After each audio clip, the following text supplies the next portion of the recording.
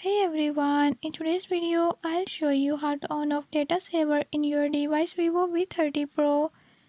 In this video I'm gonna tell you how you can do it. Before I start, if you are new to my channel, don't forget to subscribe and hit the bell icon.